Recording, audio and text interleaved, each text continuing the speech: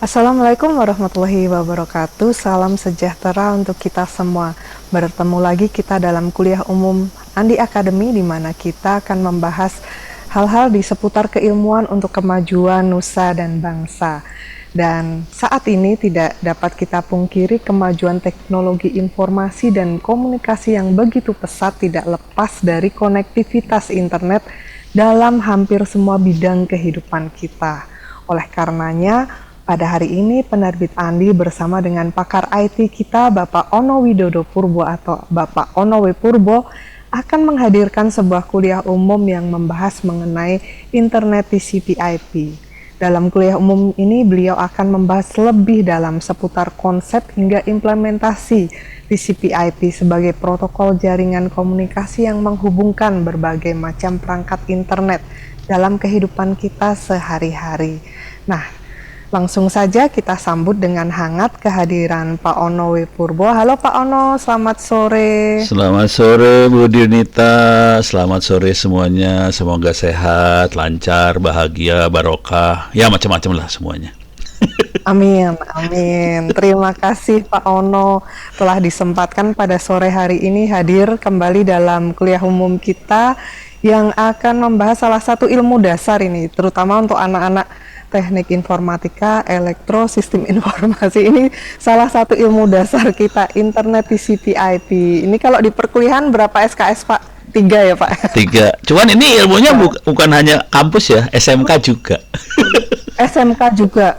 Dan kebetulan dari banyak peserta yang mendaftar ini sudah sekitar 1.100. Memang banyak diantaranya juga dari SMK Pak. Iya. Dengan berbagai pertanyaan. Nah, nanti silahkan Bapak menyampaikan materi terlebih dahulu seperti biasanya. Kemudian di sesi kedua kita akan bahas pertanyaan-pertanyaan yang telah masuk ke redaksi kita, baik pada saat pendaftaran maupun yang akan masuk melalui Zoom atau chat room kita ya.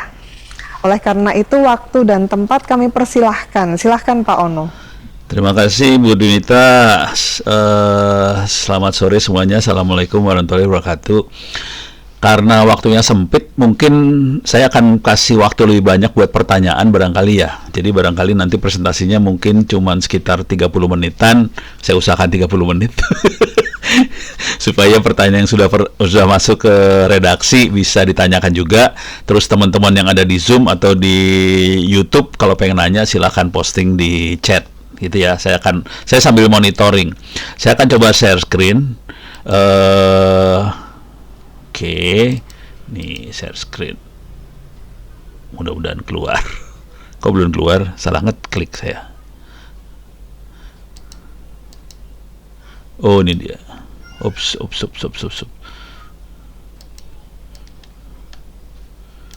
Oke, share.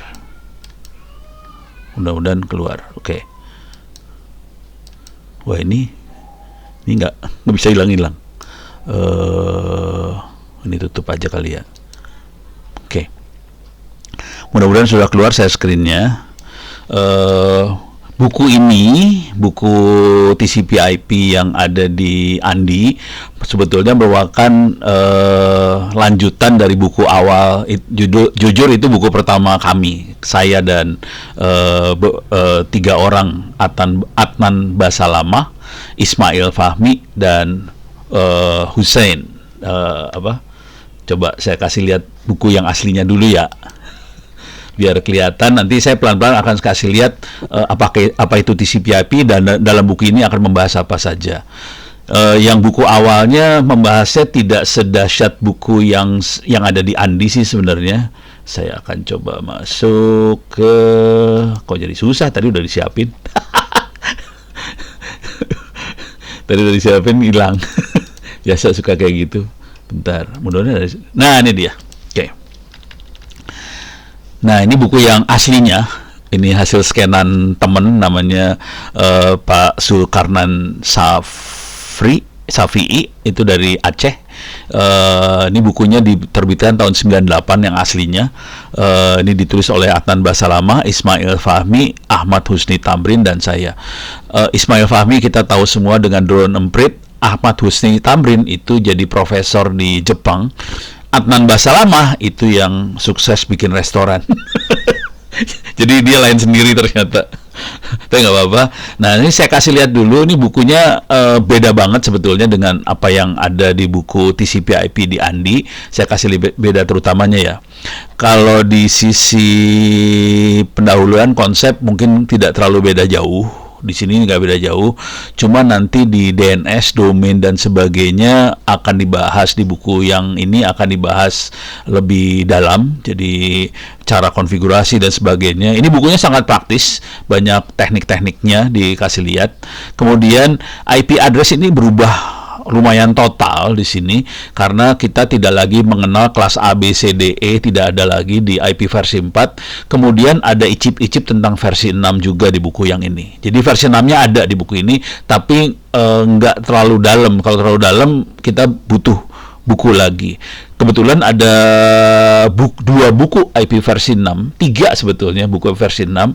2 sudah terbit di Andi juga, satu lagi tentang teknik migrasi IP versi 6 dari versi 4 ke versi 6. Jadi itu sedang akan dicetak juga. Jadi versi 4-nya ada di buku ini, cuman sebetulnya yang akan lebih kental lagi adalah versi 6, dan itu sudah ada di Andi sih sebenarnya. Nah, kemudian DNS, Domain Name System, akan kurang lebih hampir sama, cuman nanti kalau yang di buku yang lama itu lebih pakai BSD, sistem operasinya, di buku yang baru pakainya Ubuntu. Nah, di sini routing jaringan TCP/IP di buku ini, di buku yang lama itu lebih teori, di buku yang baru itu ada contoh-contoh. Ini kan ada OSPF, ada BGP. BGP-nya nggak ada di sini. Oh, BGP-nya nggak ada. Di buku yang lama hanya OSPF saja. Di buku yang baru ada OSPF dan BGP. OSPF biasanya teknik routing yang dipakai di gedung, kompleks dan sebagainya, lebih ke bangunan, lebih ke kompleks sekolah, kampus dan sebagainya. Kalau BGP, Border Gateway Protocol, biasanya dipakainya di provider, di ISP. Jadi kayak di Telkom, di provider-provider kita itu pakainya BGP. Di buku yang lama tidak ada, di buku yang baru ada. Cuman contohnya semuanya masih pakai Cisco. Jadi yang mikrotiknya adanya di wiki, belum dimasukin dalam buku ini. Jadi masih Cisco, tapi Cisco ke mikrotik nggak beda jauh sih sebenarnya. Jadi kalau kita bisa, Cisco lebih gampang mungkin untuk dibelajar karena kita bisa pakai paket tracer di sekolah-sekolah dan itu free. Cuman sekarang mikrotik juga cukup enak belajarnya karena kita bisa pakai virtual box. Nah, kemudian implementasinya ada beberapa. Nah, ini masih implementasinya pakai OSPF di sini. SNMP juga dibahas. SNMP dipakai untuk memonitoring jaringan. Kemudian aplikasinya yang ada di buku yang baru, SMTP ada, buat email ada, buat web ada. Cuman nanti akan banyak kayak VoIP, yang lainnya juga masuk. Nah, yang tidak ada di buku, nih sekarang saya cerita yang tidak ada di buku. Ada lumayan banyak yang nggak ada di buku yang lama dan ada di buku yang baru. Contohnya adalah IP versi 6 itu lumayan dominan, bagus di buku yang barunya. Kemudian juga security, hacking security di buku baru lebih banyak. Di sini nggak ada sama sekali. Di buku baru ada. Cuman di buku-buku kalau mau lebih dalam ada beberapa buku tentang security yang ada di Andi juga ada. Oke, jadi kalau mau khusus security ada bukunya sebetulnya di Andi. Yang ini lebih overview aja tentang security-nya. Kemudian juga aplikasinya lebih banyak prakteknya menggunakan Ubuntu banyaknya, gitu ya. Jadi kira-kira lebih banyak lah. Harga buku yang baru di Andi berapa? Lupa saya. Ini pertanyaan baik. Saya nggak tahu kalau harga, suka nggak tahu. Caranya masuk ke web andipublisher.com, masukin kata kunci Onowe Purbo, nanti ada, salah, jangan Onowe Purbo dia, pakai Ono Purbo kalau nggak salah. Ini B-nya nggak dipakai di situ, atau Ono aja dah. Masukin Ono, di sini ada bukunya. Ini buku EP versi 6-nya ada. Itu hanya versi 6 aja. Nah, bukunya yang ini, internet TCP/IP konsep dan implementasi, harganya hampir 70, ini lagi diskon 30%, harganya 70 ribuan. Jadi bukunya yang ini ya, yang ini. Cuman kalau kita versi 6 ada 2 buku yang sudah keluar di Andi sebenarnya versi 6. Ada yang operasi jaringan sama DNS, ada yang IP versi 6 dasarnya aja. Terus akan keluar lagi tentang migrasi IP versi 4 ke versi 6, dan buku itu jadi penting banget. Yang buku yang terakhir versi 6 yang terakhir ya, lagi dicetak sama teman-teman di Andi. Yang itu akan penting sekali karena sistem pemerintahan berbasis elektronik yang akan ditandatangan oleh Pak Prabowo. Jadi Pak Prabowo akan dilantik presiden dan dia sebenarnya akan tanda tangan keputusan presiden tentang sistem pemerintahan berbasis elektronik. Di dalam situ harus pakai IP versi 6. Jadi ini buku yang versi 6 dan TCP/IP jadi penting. Nah, supaya ini udah jam 3.38 biar saya cepat. Lagi bingung nih kalau harus cepat.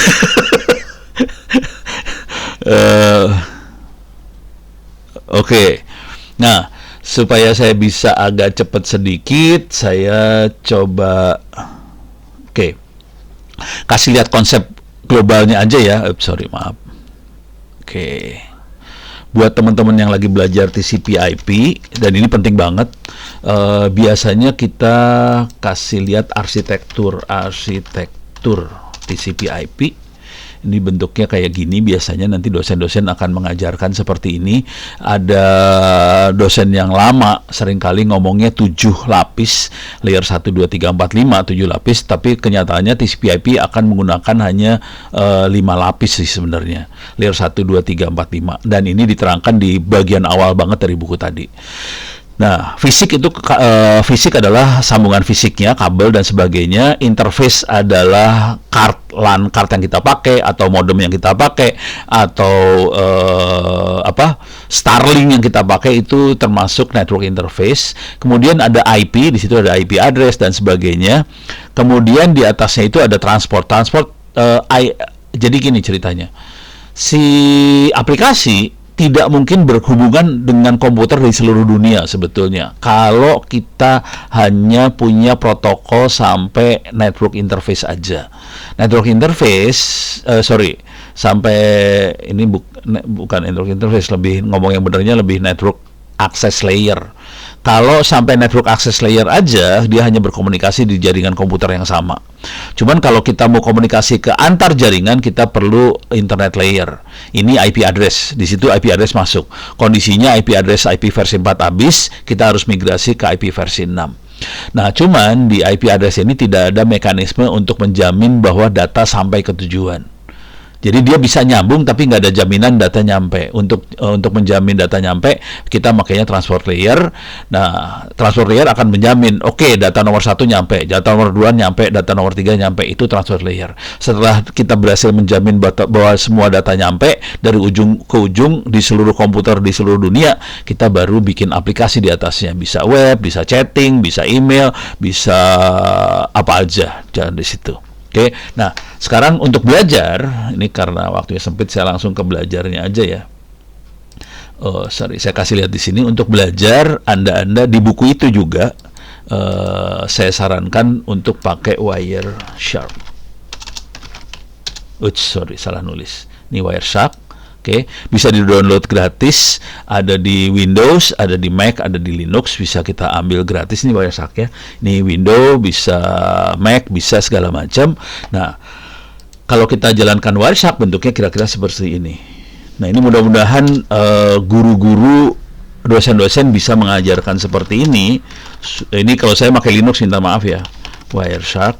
Kalau di Windows ya tinggal diklik aja Wireshark-nya. Ini saya di Linux, saya jalankan Wireshark-nya. Bentuknya kira-kira seperti ini. Ini kalau anak-anak hacker biasa dipakai untuk nyadap. Tapi ini sebetulnya bukan alat buat nyadap aja. Wireshark itu dipakai untuk belajar jaringan sih sebenarnya. Buat pemula, kita biasanya akan melakukan capture, start. Atau kita bisa pilih capture. Kalau kita punya beberapa interface, ada wifi, ada LAN dan sebagainya, kita bisa capture, pilih mau interface yang mana, atau kita bisa langsung start. Setelah itu kita biasanya bisa analyze. Biasanya analyze, follow, TCP stream, HTTP atau segala macam. Oke, saya akan kasih lihat ini start. Nah, ini dia lagi nyadap, kelihatan protokol yang paling banyak adalah UDP karena saya lagi melakukan zoom. Zoom itu menyebabkan videonya ketangkap di sini. Ini nangkap video sih sebenarnya. Oke. Ini saya stop dulu capture-nya. Saya akan coba nanya iseng aja ya. Saya stop dulu nih video. Saya stop. Oke, sekarang saya akan coba lihat di bawah. Ada yang lucu-lucu nggak nih ya? Oke. Saya klik sembarangan aja ya. Ini kita klik sembarangan. Saya klik paket yang ini. Ini paket kelihatan sumbernya dari mana, destination-nya di mana, protokolnya apa, panjangnya berapa. Oke, ini protokol ini saya klik. Oke, di sini kelihatan datanya kelihatan di sini. Pertanyaannya silahkan tulis di chat. Oke, protokol yang saya klik ini lapisannya ada berapa? Oh, ini ada pertanyaan bagus ini.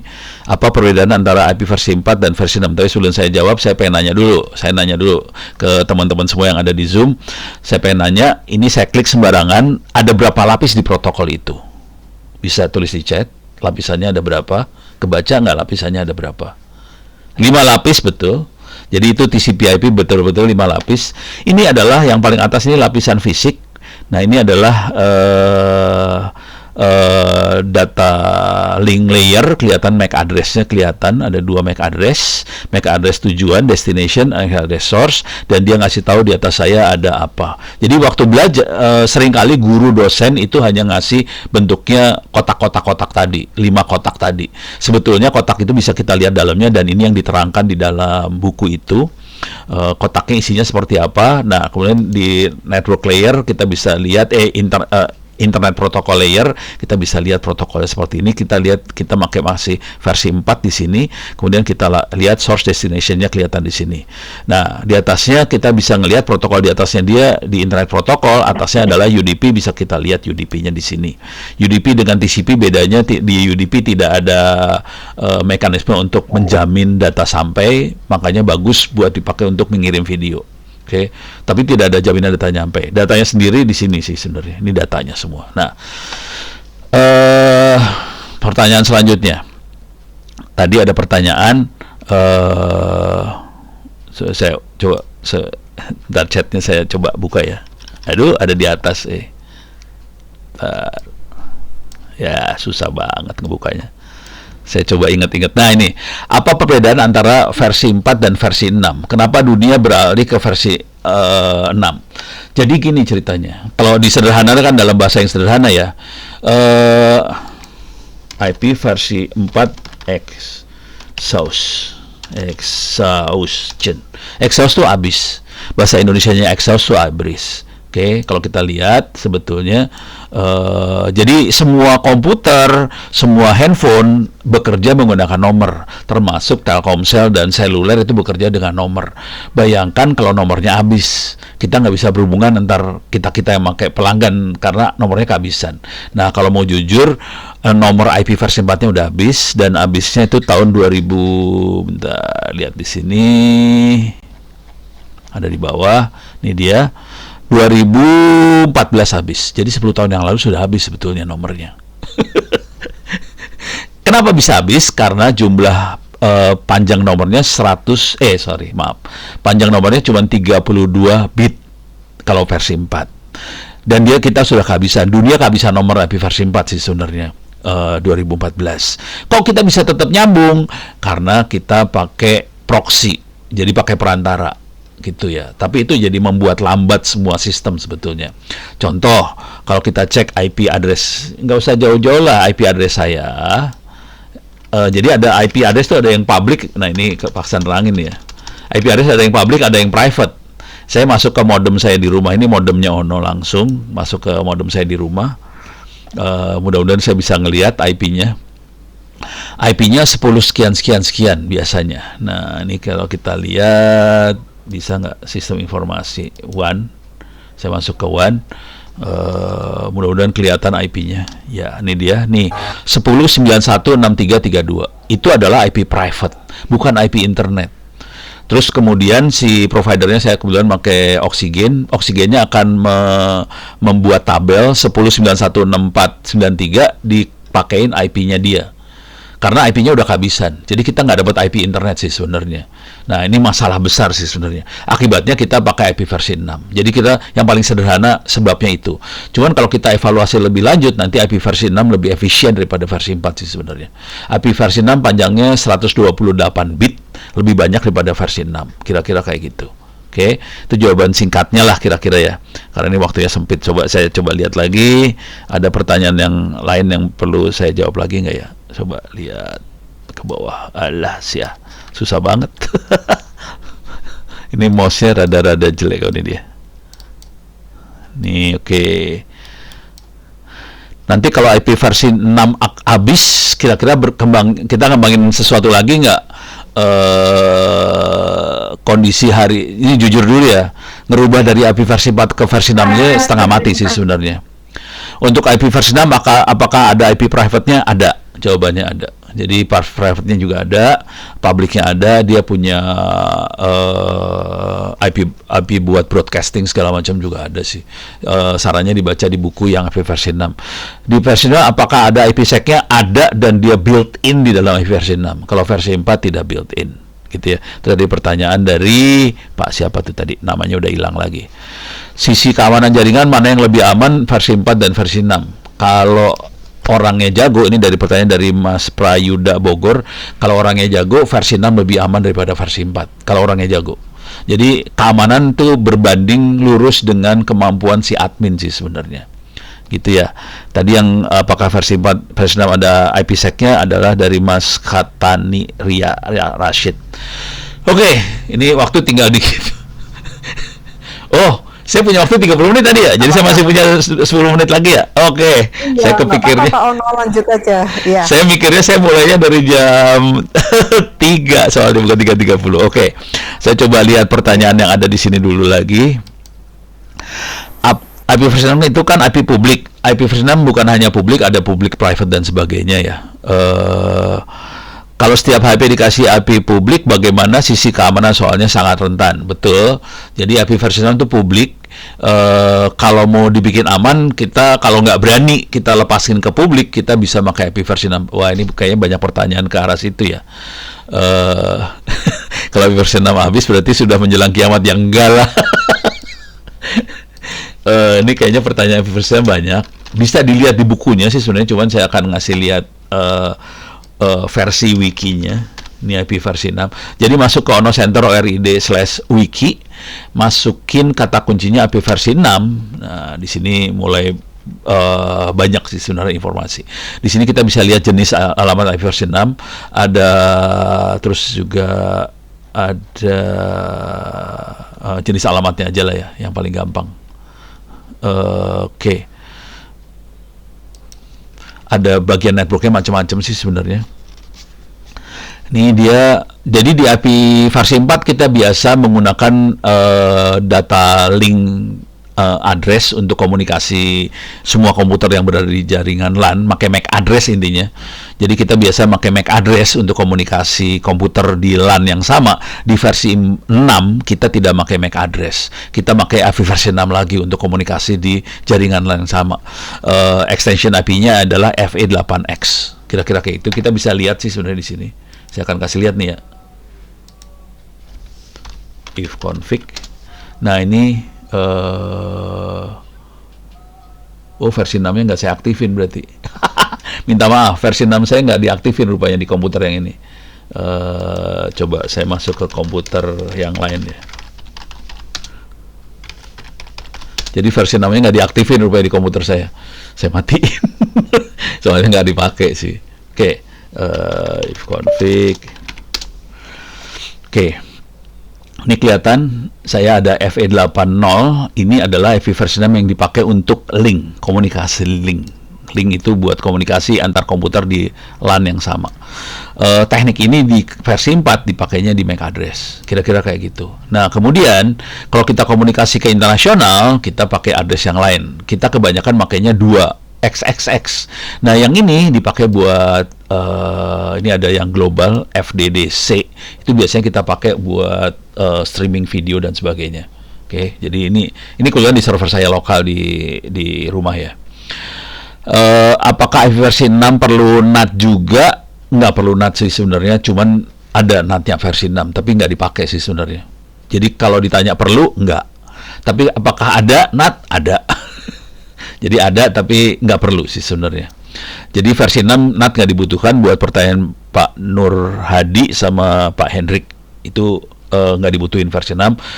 Kalau saya pribadi cenderungnya kita pakai versi 6 semuanya sih, si komputernya. Dan itu yang akan dipakai di sistem pemerintahan berbasis elektronik, akan pakai versi 6 sampai komputer-komputer semuanya pakai versi 6. Kenapa setelah versi 4 jadi versi 6 bukan versi 5? Karena IP versi 5-nya gagal dibuat. Jadi internet berusaha bikin IP versi 5 sebetulnya habis versi 6, cuman gagal. Bisa dicek di sini sih. Kita googling juga bisa lihat. What is IP versi A, atau how aja ya, how gitu ya. Oke. It is remain eksperimental dan nggak dipakai di beneran. Oke. Jadi ada versi 5 cuman nggak dipakai gitu ya.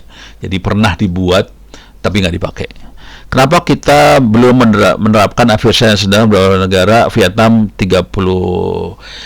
Ini pertanyaan bagus. Kenapa negara kita tidak menerapkan versi 6 sementara? Ini pertanyaan dari Pak Muhammad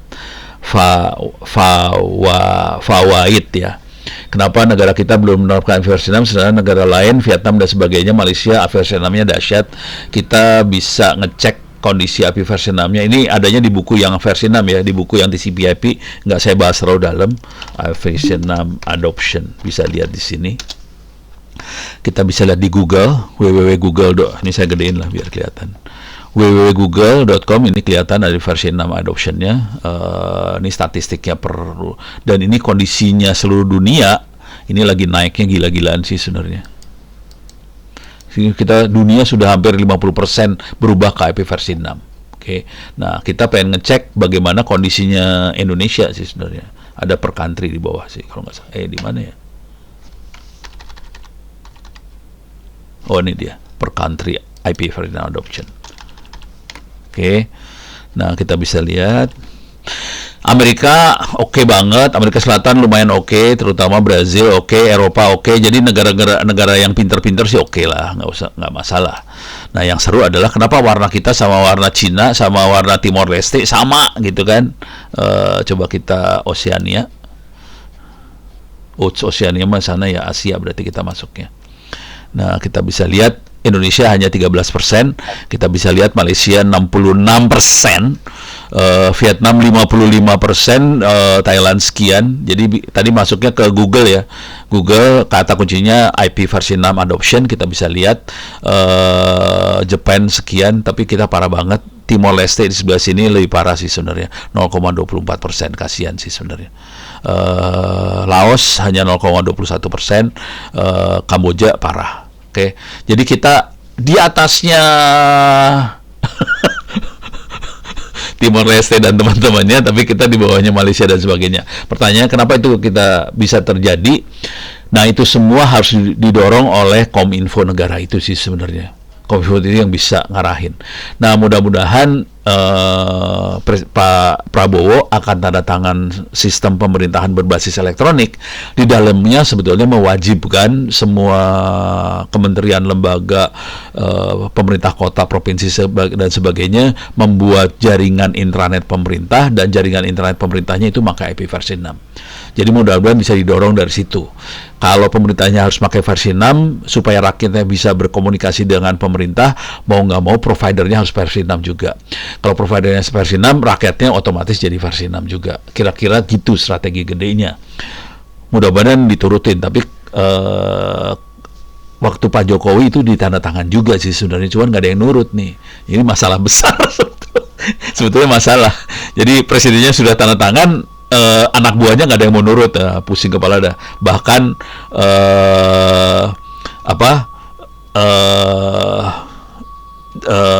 kemarin data pusat data PDN, pusat data nasionalnya jebol kan kemarin. Nah, itu masalah. Minimal Kominfo punya gebrakan kayak Pak Ignatius Yonan. Aku setuju, ini pendapat dari Muhammad Pak Saiful Basri. Apakah IP versi 4 lebih mudah pemakaiannya daripada versi 6? Kalau mau jujur, versi 6 lebih mudah pakainya daripada versi 4. Asli lebih mudah. Gitu ya. Saya kasih contoh aja ya. Cara makainya. Bentar. Kalau mau enak sih sebenarnya, kalau mau enak, ini waktu masih ada 3 menitan lagi lah. Saya lagi mikir enaknya saya praktekin sih sebenarnya, cuman waktunya tinggal 3 menit, stres saya. Gak apa-apa Pak Ono, 10 menit nggak apa-apa, soalnya Pak Ono kan sambil jawab pertanyaan juga. Oh iya, oke. Ini kan udah sambil jalan diskusi kita juga. Oh oke, saya bukan kepaksa, saya akan tutup, saya akan kasih lihat bagaimana cara ngeset IP versi 6, dan gampang banget, dan kita tidak perlu ini sih sebenarnya, tidak perlu, ini kok nggak bisa digeser-geser ya. Oke. Saya akan ini server ini akan saya matiin. Oke, saya akan pindah ke server lain yang sudah ada web. Ini kosong soalnya, atau nggak apa-apa ya, kosong nggak apa-apa lah ya. Sudo if config, saya nggak matiin server, ganti deh. Saya akan install web server IPA. Oke, ini server kosong buat webinar TCP/IP. Saya jalankan sebuah server kosong, IP-nya adalah 192.168.0.139. Oke, saya akan masuk dari sini supaya lebih gede nanti masuknya. SSH ono 192.168.0.139. Yes, 123456 masuk. Clear layar, saya gedein di sini. Biar yang akan saya lakukan adalah saya akan bikin web server di sini, web server kecil aja, kosong, nggak ada apa-apanya. Sudo IPA, nih kita bisa lihat IP-nya adalah yang ini. Dia punya beberapa versi 6, tapi IP versi 6 bukan IP versi 6 yang masuk ke internet yang besar banget. Biasanya di IP internet yang besar banget, IP-nya depannya 2. Contoh, DIC kominfo.go.id.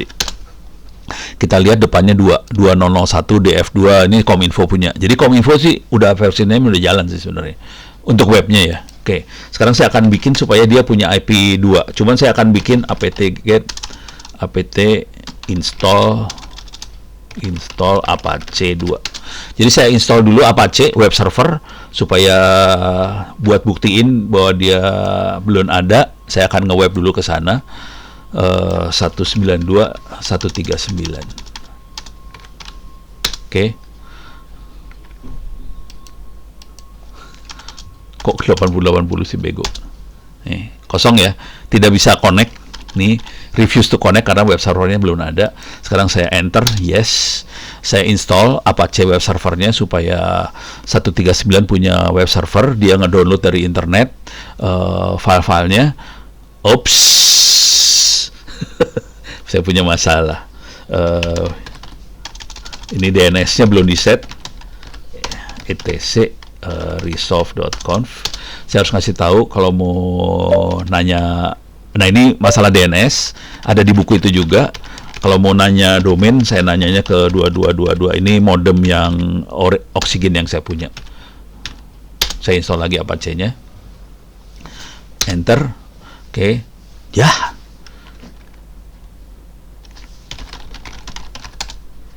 Belum install. Waduh, parah banget. Ini apt harusnya cepet jadi lama nih. Jadi saya update dulu semua repository si Ubuntu servernya supaya dia tahu apa sih namanya, software adanya di mana aja. Kalau kayak saya mau install sesuatu jadi gampang. Belum saya update soalnya tadi, lupa. Saya cepet-cepet aja nih. Oke. Setelah saya update, saya coba nanti install web server. Nanti web servernya dia punya IP versi 4 langsung. Nah, sekarang nanti saya akan kasih versi 6. Oke. Ini apakah kok? Waduh, Kominfo jangan deh. urusan KPK ntar di penjara kayak menterinya. Oke, apt update, apt install Apache ya, install Apache 2. Mudah-mudahan keinstall nih. Yes, kayaknya nginstall. Jadi Apache, jadi tadi lupa dikasih apt update, jadi dia tidak tahu si software Apache web server ada di mana. Setelah saya kasih apt update, dia tahu web servernya ada di mana. Akibatnya saya bisa nginstall si web servernya. Sekarang lagi proses nginstall, baru 27%, dan kalau dia belum 100%, yang ini masih belum bisa. Ini masih refuse. Kalau saya reload masih refuse. Sambil nunggu bentar, saya coba baca pertanyaan yang masuk apa aja. Ini dia, saya turun ke bawah coba.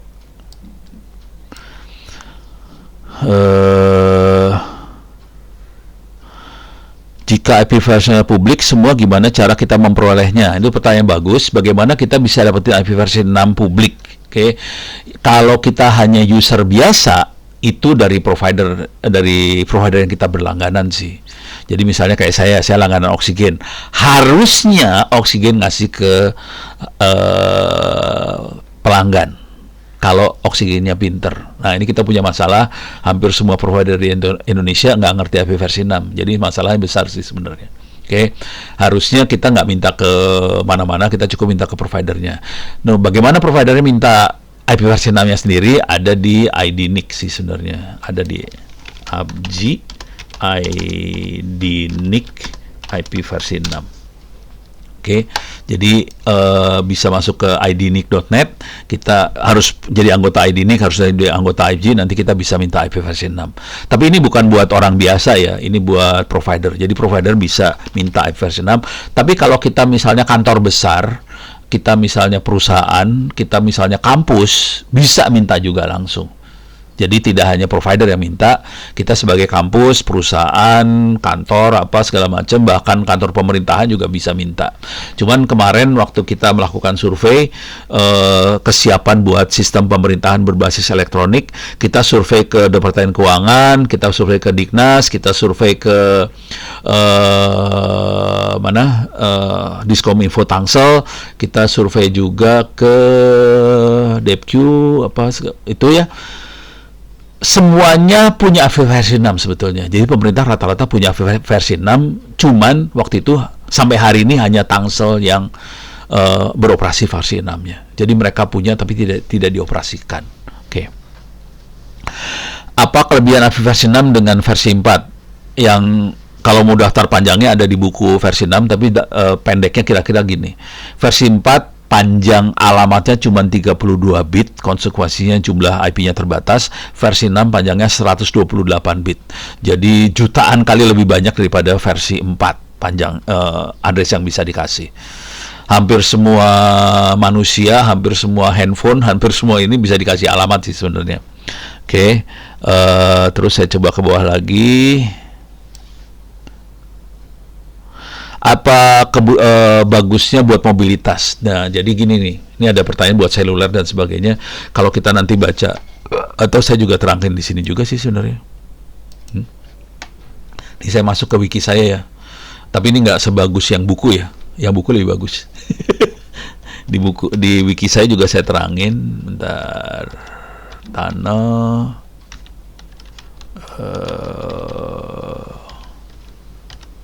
Mobility. Oke.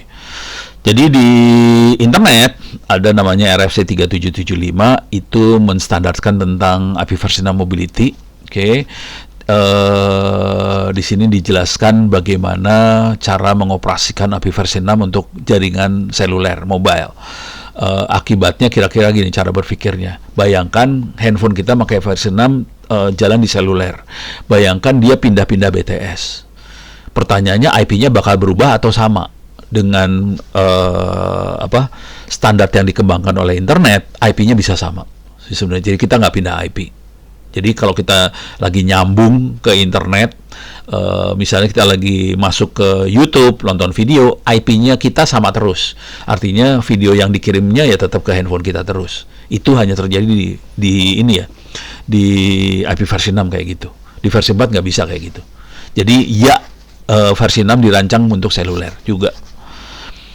Oke, beres. Ini ada pertanyaan dari Casey France, terus juga Tama Tam Tam, itu pertanyaan kira-kira gitu, bisa dibaca-baca di sini ya. Oke, tapi kalau mau baca lebih jelas lagi ada di buku versi 6-nya. Oke. Izin apakah metode belajar yang gampang mendalami TCP/IP? Paling gampang kalau mau ngerti bagaimana cara kerja TCP/IP, cara paling ininya nyadap sih. Mana sadapan saya teh? Hilang ya. Udah saya tutup lagi ya tadi sadapannya. Pakai Wireshark sih, yang tadi udah saya demoin ya. Mudah-mudahan kalau mau ngelihat lagi bisa lihat di rekaman di Andi TV bisa kita lihat demonya. Cuman kalau itu kan cuman ngerti filosofi di dalamnya. Kalau pengen ngerti bagaimana mengoperasikan segala macam, saran saya coba oprek itu modem yang ada atau router yang ada di rumah. Diliatin gimana dia konfigurasi. Kalau lebih keren lagi kita bikin server lokal sendiri sih. Dan itu diterangkan dalam buku TCP/IP itu. Untuk protokol routingnya, apakah IP versi 4, versi 6 sama-sama BGP OSPF? Sama-sama BGP OSPF, cuman versinya beda. Kalau BGP dia bisa sekaligus 2 ya. Versi 6, versi 4 bisa jalan sekaligus di BGP yang sama. Kalau SPF beda OSPF. OSPF-nya beda untuk versi 6 dan versi 4 lain OSPF-nya. Cuman kalau BGP sama BGP-nya. BGP bisa sekaligus jalan untuk versi 6 dan versi 4 sekaligus. Ini pertanyaan dari Pak Nurul Ihsan. Apakah ada contoh kerja IP versi 4 di HP dan versi 6? Versi 6, versi 4 dua-duanya udah jalan di HP Anda langsung sebetulnya. Jadi HP Anda yang Android itu udah jalan versi 4, versi 6-nya sekaligus. Cara paling gampang tuh masuk ke bagian setting, lihat IP-nya, dia ada konfigurasi versi 4, versi 6 sekaligus. Cuman karena operatornya nggak punya kemampuan versi 6, versi 6-nya biasanya nggak diaktifin atau nggak dipakai. Hanya versi 4 yang dipakai. Jadi sebetulnya versi 6, versi 4 jalan sekaligus. Dari Mas Yosep Nainggolan, bagaimana cara menyadap jaringan menggunakan apa itu? Oke, diulang lagi. Untuk menyadap jaringan pakai Wireshark, wireshark.org. Ini ada installer buat Windows, ada buat Mac OS, ada buat Linux dan sebagainya. Kalau di Windows nginstallnya biasa aja, setup.exe diklik, nanti ke install, nanti jalaninya juga Wireshark-nya diklik aja langsung jalan. Nah, kalau di sini saya akan coba. Nah, ini udah jalan nih web servernya. Saya bentar kagok ini lagi ngomongin Wireshark, saya kasih lihat dulu ya. Sudo Wireshark. Oke. Nah, ini jalannya kayak gini aja Wireshark-nya. Nanti tinggal capture, start. Oke, nanti dia akan nyatet paket-paket yang berhasil dia tangkap. Kalau mau nganalisa, analyze, follow TCP, tapi harus kita klik salah satu dulu ntar. Ini UDP stream kebetulan. Nah, ini kalau nangkep kayak gini. Nah, tapi ini karena video gambarnya teksnya kayak gini. Kalau email atau dokumen bisa kelihatan ntar dokumennya. Gitu ya. Nah, ini saya tutup aja. Nah, sekarang saya balik lagi cara ngeset IP versi 6-nya. Ini saya keluar aja. Oke. Ini di sini clear layar. Ini if config salah. IP A info belum saya install soalnya. Nah, kelihatan dia 139 ya IP-nya 139. Oke, sekarang coba kita lihat dari sebelah sini dari browsernya. Saya barusan install web server nih. Tadi sebelum saya install dia selalu 192.168.019 refuse to connect karena web servernya belum diinstall. Oke, sekarang saya sudah install. Ntar nih saya geser. Oke. Kalau saya reload, ini kelihatan masuk sekarang. Oke. Tapi ini IP versi 4. Coba sekarang saya akan gombal sedikit. Saya akan set IP versi 6 yang gampang aja. Nah, buat itu saya coba supaya Anda nggak puyeng kepala. Saya cari contekan dulu di sini. Ada contekannya sih sebenarnya caranya. Cara ngeset IP versi 6 ya. Oke, ini dia ke bawah nih. Ke bawah lagi. Ini interface. Nah, oke, menambahkan IP versi 6 ke sebuah interface. Tapi ini di server atau di Linux ya. Kalau di Android pakai GUI lah dia kalau Android. Oke. Nah, caranya kira-kira kayak gini. IP minus 6 address at, IP-nya berapa, netmask-nya berapa, device-nya apa. Oke, sekarang saya akan tambah ini di server IP minus 6 address at 2001.2.21 misalnya. Ini cara nulis IP versi 6 kira-kira kayak gitu. /64 netmask yang di LAN itu /64 kalau IP versi 6 defaultnya. Kemudian kita lanjut lagi. Kita harus kasih tahu device-nya apa, interface-nya apa. Interface-nya namanya ENP0S3. Jadi device ENP0S3. Oke. Kalau kita bisa lihat di sini ada tambahan nih. Ini masuk. Scope-nya global. Global artinya bisa masuk ke internet. Saya pakai address 2001 di servernya. Jadi cuma gitu aja nambahin ya. Gampang. Sekarang saya masuk ke komputer saya yang saya pakai buat nge-zoom sekarang. Nih, saya masuk komputer buat nge-zoom. IP-6 address at 2001.2.2. Tadi kan 1 yang di sebelah sana. Ini saya kasih 100 gitu ya. /64. Device-nya device-nya saya lupa. IP-A-nya berapa? If config. ENP2S0 clear layar. IP-A IP-6 address at 2001.2.2.100/64. Device-nya adalah ENP2S0. Oke. Ya, lambat ya. Karena ini lagi dipakai buat nge-zoom beneran. Jadi nggak mau dia ditambahin seenak jidat nih, ngamuk dia. Waduh. Rupanya komplain dia nggak mau ditambahin IP baru. Nih, oke. IP6 disable on this device. Oke. IP6-nya di disable soalnya. Waduh, kalau saya restart kacau. Ini di komputer saya yang saya pakai Zoom sekarang soalnya. Kondisinya IP versi 6-nya saya disable. Kalau mati nyalain susah. harus diribut dulu nih, kacau. Aduh, minta maaf nggak bisa saya praktekin. Maksudnya gini, kalau saya ini berhasil saya jalanin, nanti saya bisa nge-web pakai versi 6 juga sih sebenarnya di sini. Mana tadi? Ini kan, nah ini kan kayak gini ya. Kalau versi 6 jadi kayak gini sih. Ini kondisinya saya nggak bisa nge-web sih. Jadi cuma gini aja, 2001.2.21 gini. Cuman ini nggak bisa nyambung ya, karena API versi 6-nya nggak diaktifin. Tapi untuk versi 6 ngebrowse-nya kayak gini, jadi langsung jalan. Jadi kalimat yang pengen saya sampaikan kira-kira gini. Kalau kita sudah punya server IP versi 4, mau pindah ke versi 6 nggak susah sih sebenarnya. Cuman tinggal tambahin IP versi 6. Kalau aplikasi-aplikasinya nggak ada yang rewel, dia langsung pindah sendiri otomatis. Si user juga tinggal dikasih IP versi 6, asal routingnya bener, ya udah nyambung semua sebenarnya. Jadi sebetulnya semuanya bisa nyambung, nggak usah terlalu pusing-pusing. Oke. Ini minta maaf nggak bisa saya jalanin soalnya komputer saya ternyata nggak siap buat versi 6 yang saya pakai. Saya matiin versi 6-nya. Oke. Kalau dia pakai HTTP Canary, ini ada tambahan dari Mas Muhammad Saiful Bahri. Kalau di Android bisa pakai HTTP Canary untuk capture jaringan.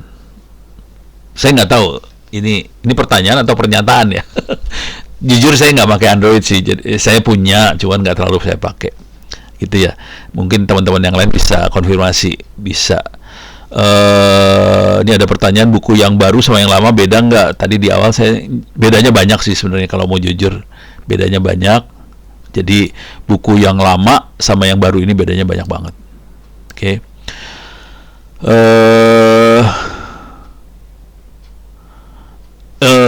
Buku yang baru yang di Andi ini edisi yang lebih baru daripada yang lama. Bedanya lumayan banyak gitu. Kalau mau ngedengerin lagi bedanya bisa di review nanti ya rekamannya di YouTube TV Andi, kira-kira kayak gitu ya. Di YouTube channel TV Andi nanti bisa disaksikan kembali. Oh ya Pak Ono, boleh nggak sambil kita bacakan? Oke. Tadi kan banyak dibaca Pak Ono pertanyaan dari yang kanal Zoom kita. Iya, sedangkan monggo. masuk ke redaksi pada saat pendaftaran juga sudah banyak. Iya, silakan Bu. Satu-satu. Di sini dari Yuditya Rahmawan dari PT Bank Mandiri Persero Tbk. Bagaimana cara implementasi subnetting dari IPv4 ke IPv6? Wah, jujur nggak nyambung versi 4 dan versi 6, jujur dulu ya. Jadi versi 6 dan versi 4 tidak nyambung sebetulnya. Ada beberapa usaha buat menyambungkan, tapi saya nggak rekomen lah. Intinya jaringan versi 4 dan versi 6 adalah dua jaringan yang berbeda lah kalau dalam bahasa sederhananya. Jangan berusaha melakukan subnetting antara keduanya, nanti pusing sendiri. Jadi ya udah, versi 4 versi 4, versi 6 versi 6, nggak nyambung satu sama lain. Konsekuensinya adalah di servernya atau di aplikasinya harus punya dua IP sekaligus. Kalau usernya memakai versi 4, kita punya versi 4-nya. Kalau usernya memakai versi 6, versi 6-nya udah jalan. Konsekuensinya kita harus memastikan bahwa aplikasi yang kita buat bisa jalan tidak rewel di versi 4, versi 6. Contoh, supaya tidak, ini akan ada penjelasan, ini akan ada di buku yang akan datang, akan terbit di Andi juga, tentang migrasi API versi 6. Contohnya supaya tidak rewel adalah kita kalau kita lagi coding, seringkali kita memasukkan URL. Pastikan URL-nya tidak pakai IP jadinya. URL-nya pakai nama. Misalnya kita mau akses internet banking di bank apa gitu ya. Jangan kasih IP bank itu, jadi pakai nama. Nanti dia akan nyari sendiri versi 4 dan versi 6-nya. Kira-kira kayak gitu sederhananya. Kira-kira gitu ya. Jadi jangan berusaha menyambungkan dua itu. Repot ntar. Oke, baik. Ya, siap Pak Ono. Nah, ini pertanyaan berikutnya dari Rahmat Purnomo dari Universitas Bayangkara. Pak, ransomware menyerang di layer berapa pada TCP/IP? Silakan Pak Ono. Oke, terima kasih. Ransomware masuknya di layer aplikasi. Jadi dia bukan main di bawah, dia di aplikasi di atas, gitu ya. Konsekuensinya ini saya terusin jawabannya ya. Jadi dia bukan di bawah, dia tidak menyerang physical layer, data link layer, network layer, transport layer, nggak diserang itu sama ransomware. Dia mainnya di atas dan semuanya dienkripsi sama ransomware-nya. Konsekuensinya untuk menanganinya ransomware, kita mainnya di aplikasi sih sebenarnya. Cara menanganinya kita bisa pakai backup. Dan jujur ransomware itu susah dideteksi karena dia dienkripsi. Cara deteksi yang paling ya mungkin paling ampuh, yang paling maksimal yang bisa kita kerjakan hari ini adalah kita kepaksa harus pakai AI, artificial intelligence, machine learning untuk deteksi ransomware tadi. Gitu kira-kira. Oke, baik. Lanjut lagi langsung ya Pak Ono, dari Fajar Hardika, Universitas Muhammadiyah Sorong menanyakan bagaimana cara atau teknik traffic shaping dan policing diimplementasikan dalam perangkat jaringan dalam mengatur aliran data agar terhindar dari kemacetan. Oke, ilmu itu namanya bandwidth management. Oke, kalau yang sering dipakai di Mikrotik namanya traffic shaping. Nah, ilmu ini ada di buku TCP/IP yang kita bahas. Ilmu itu ada, tapi masih berbentuk konsep. Sedikit sekali ada sih prakteknya, tapi prakteknya masih pakai Ubuntu. Nah, kalau di Mikrotik dan sebagainya, cara berpikirnya sama Ubuntu, cuman format perintahnya agak beda sedikit.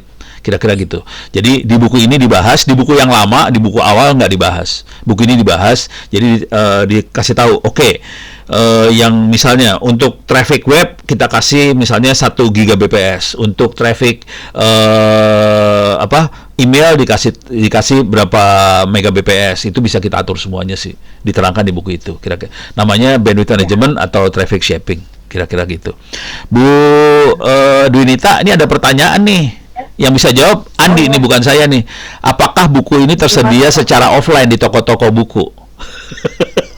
Ya, tersedia secara offline di toko buku, tapi memang untuk di Gramedia ini kan memang ada manajemennya sendiri, jadi ada durasi waktu ya. Jadi memang Gramedia atau beberapa toko buku ya, itu mengutamakan buku-buku yang baru. Jadi kalaupun memang nanti di Gramedia sudah tidak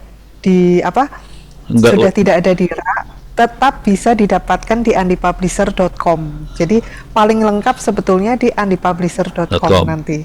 Untuk buku-buku Pak Ono. Iya, langsung. Toko oranye adakah? Oranye itu apa ya? Shopee ya? Shopee ada, official kita ada. Oh, ada officialnya. Gaya lu. Di toko Orange ada, di Tokped juga ada, di apalagi Lazada sepertinya juga ada. Oh, Andi punya official ya? Iya, punya official di Shopee, di toko Orange juga. Wah, gaya loh. Gitu. Ya, oke lah. Iya. Pokoknya ada dah. Oke, kan. Ya. Oke, kita lanjut lagi Pak Ono untuk pertanyaan berikutnya. Sebentar.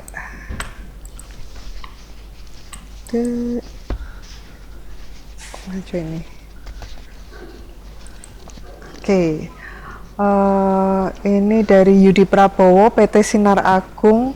Bagaimana keamanan diterapkan dalam protokol TCP/IP? Oh, untuk keamanannya, untuk sekuritas. Wah, itu iya. Itu pertanyaannya bagus.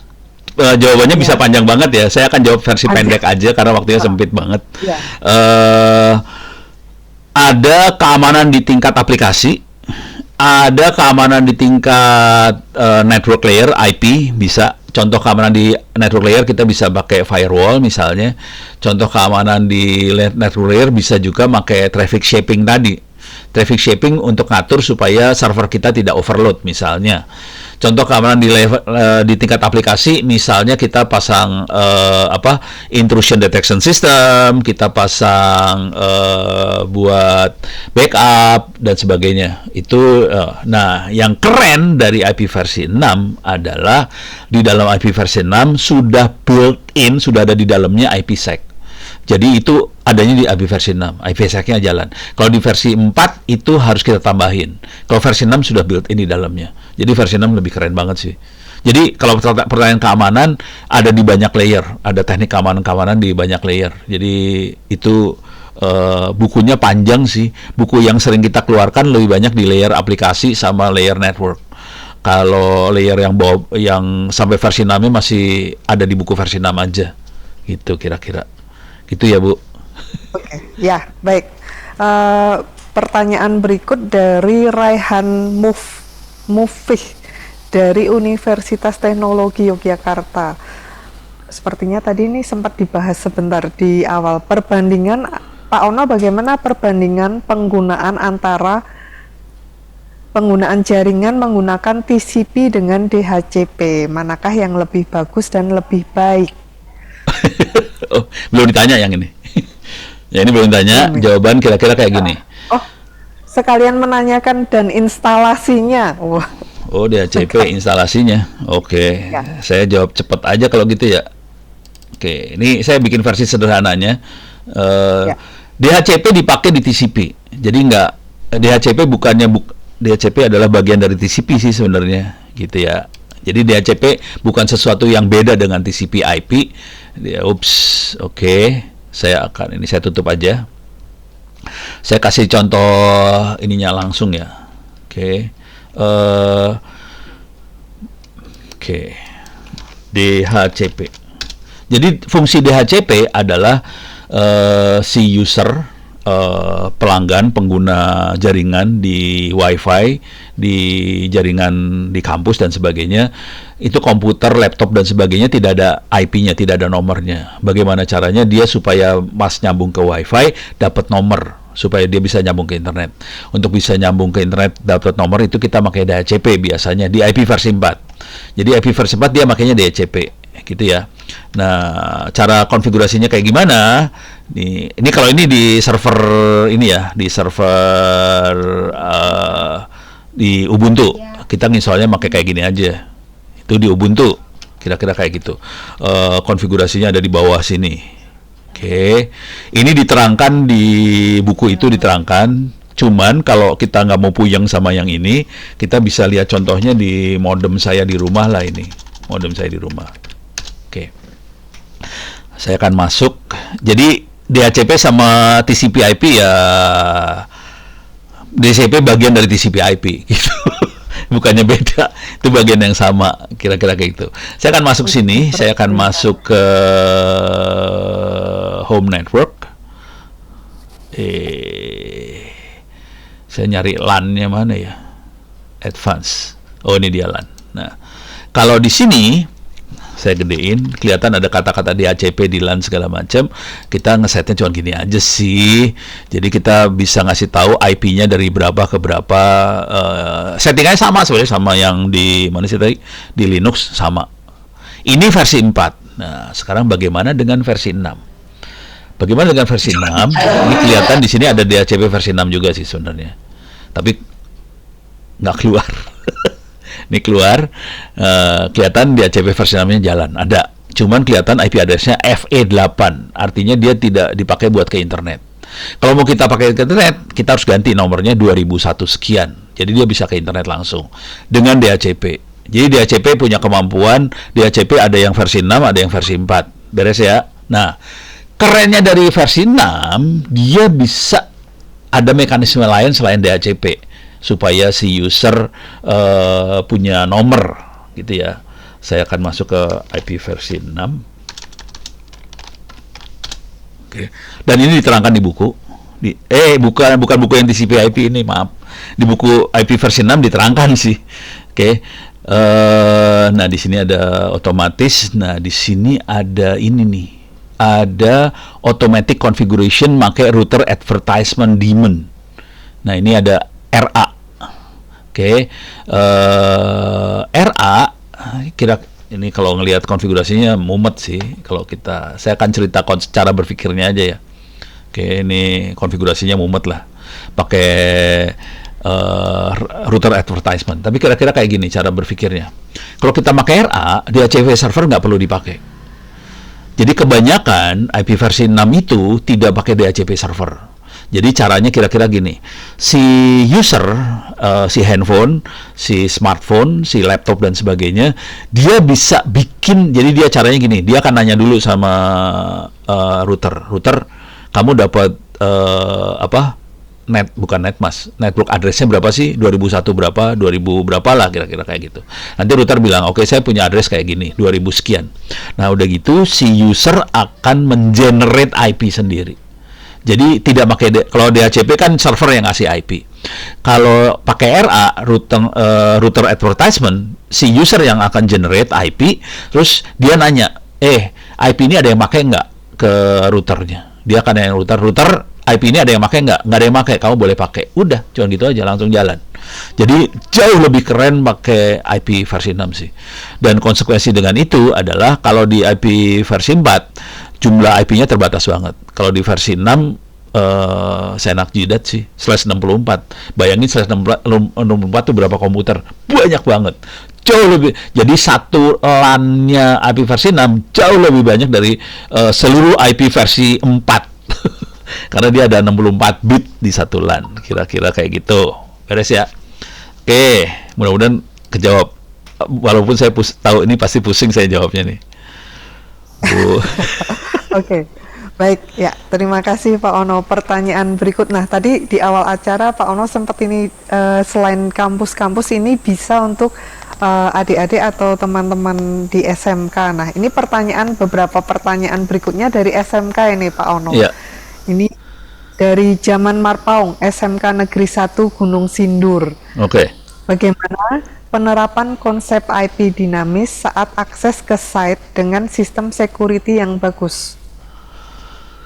Oke, kalau yang IP dinamisnya itu tadi yang diterangkan bisa kita pilih apakah itu pakai DHCP atau router advertisement RA. Jadi itu IP dinamisnya seperti itu. Asumsinya semua tabel routingnya bener ya, nggak ada yang salah dari pengguna sampai ke server, routingnya nggak ada yang salah. Jadi providernya nggak salah setting, semuanya nggak ada yang salah setting. Kita bisa ping satu sama lain. Jadi yang pertama untuk IP-nya bisa otomatis, dinamis itu otomatis maksudnya ya. Bisa di set otomatis, bisa pakai DHCP, bisa pakai RA, dan itu bisa dari ujung-ujung routingnya kalau beres, pingnya jalan, selesai. Itu IP dinamisnya. Nah, sekarang untuk security-nya seperti apa? Security-nya ada beberapa lapisan sih sebenarnya. Kita bisa pakai di layer API. Yang paling sederhana kira-kira gini lah. Kita bisa pasang HTTPS, itu paling sederhana. Jadi kalau kita pakai HTTPS, itu aman. Sederhana. Cuman hari ini teknik security udah rumit banget sih sebenarnya. Kita bisa bikin supaya si IP-nya juga dienkripsi, pakai IPsec. Kalau HTTPS hanya di aplikasi aja dienkripsi. Kalau IPsec-nya dinyalain, itu semua bawahnya juga keenkripsi. Kemudian DNS-nya juga ada security segala macam. Jadi banyak sih security-nya. Tapi yang paling sederhana HTTPS-nya aja nyala, gitu. Kalau bisa sih guru-guru SMK mulai ngajarin seperti ini sih. Gitu. Oke. Oke, baik Pak Ono, ya siap. Berikutnya dari Muhammad Maskur dari SMK Mahardika 4. Pak Ono, bisakah TCP/IP didemokan melalui simulator seperti Cisco Packet Tracer? Oke, wah seru ini. Versi cepat aja ya, versi cepat aja ya, Ya, silahkan Pak. versi cepat aja. Nah, paket tracer bisa jalan di CPIP, cuman kalau mau serius, saya tidak menyarankan paket tracer. Coba cari ini, GNS 3. GNS enter. Kenapa nggak bisa di enter ini teh? Lemot. Oke. GNS 3. Oke, ini dia. Kita bisa download GNS 3. GNS 3 itu untuk Windows, untuk Mac, untuk segala macam.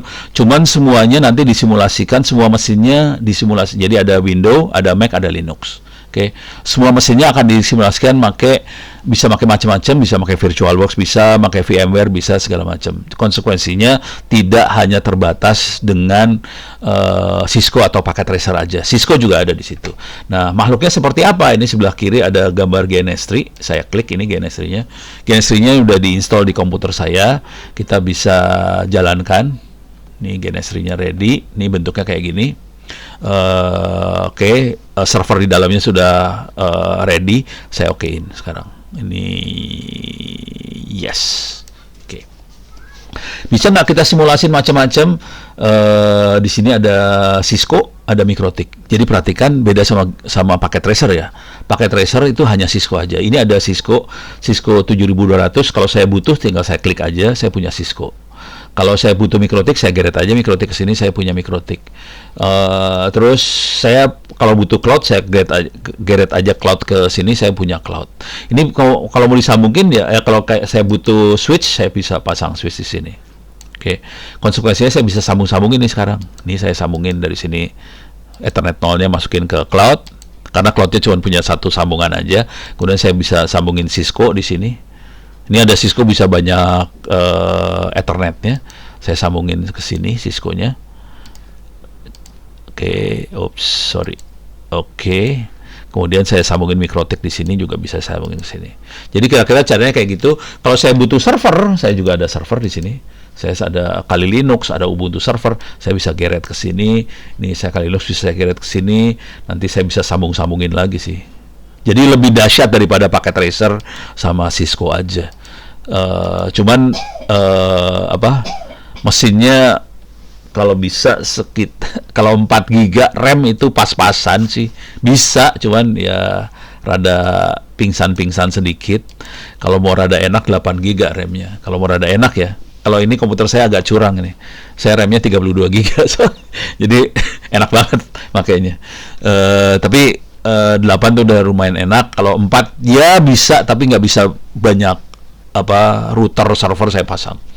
Jadi bisa disimulasikan kayak gini. Nah, kalau udah mulai jalan, kalau ini jalan, kita bisa sadap makhluk ini. Ini misalnya di sini, saya pengen sadap ini, saya klik kanan di sini, saya bisa start capture, saya bisa jalanin Wireshark di sini. Ini Wireshark-nya saya jalanin langsung di interface itu. Tapi ini kalau tidak di-on-kan, there is no running device. Kalau lagi running, saya bisa jalan Wireshark-nya langsung. Saya bisa nyadap interface tertentu aja yang mau saya sadap, bisa gitu.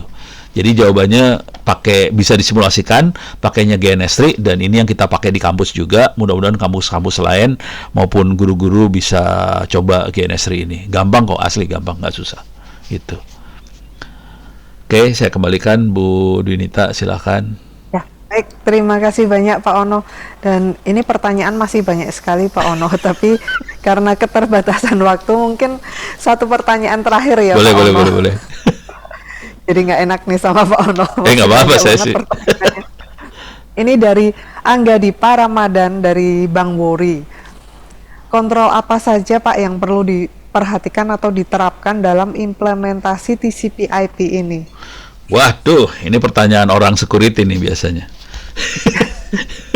Iya, dari Bang Wori ini Pak. Iya, kalau udah kalimat yang dipakai kontrol itu biasanya ISO 27001 sih sebenarnya. Jadi biasanya kalau ISO 27001 biasanya pertanyaannya lebih di arah aplikasi.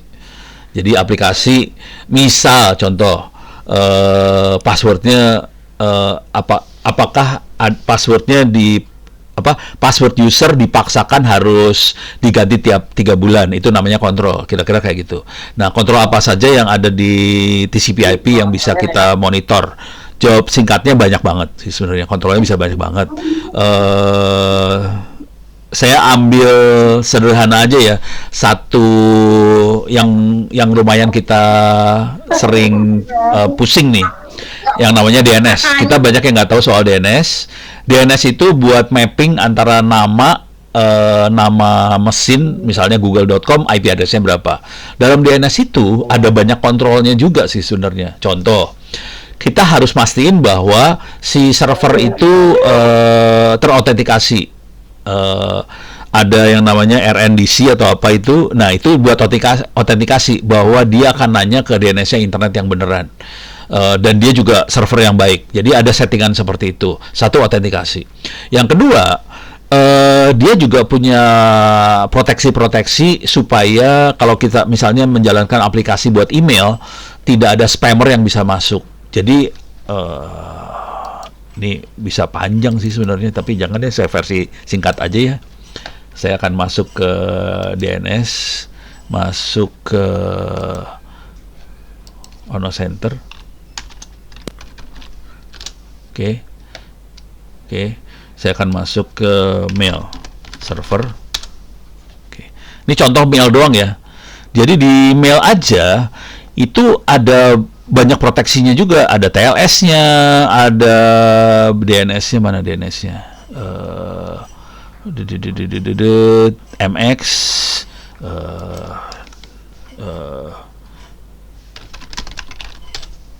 bisa nggak saya dapat? Nah, ini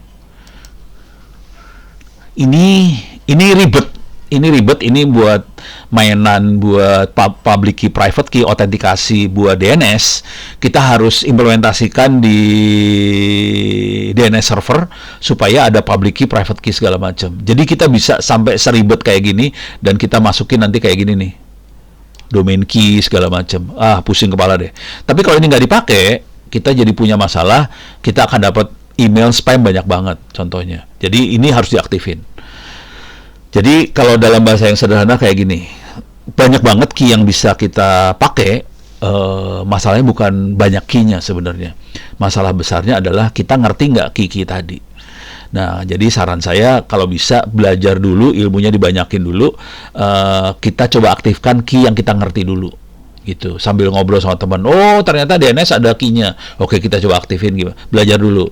Dan ini seringkali ilmu-ilmu seperti ini dikasihkan free, gratis.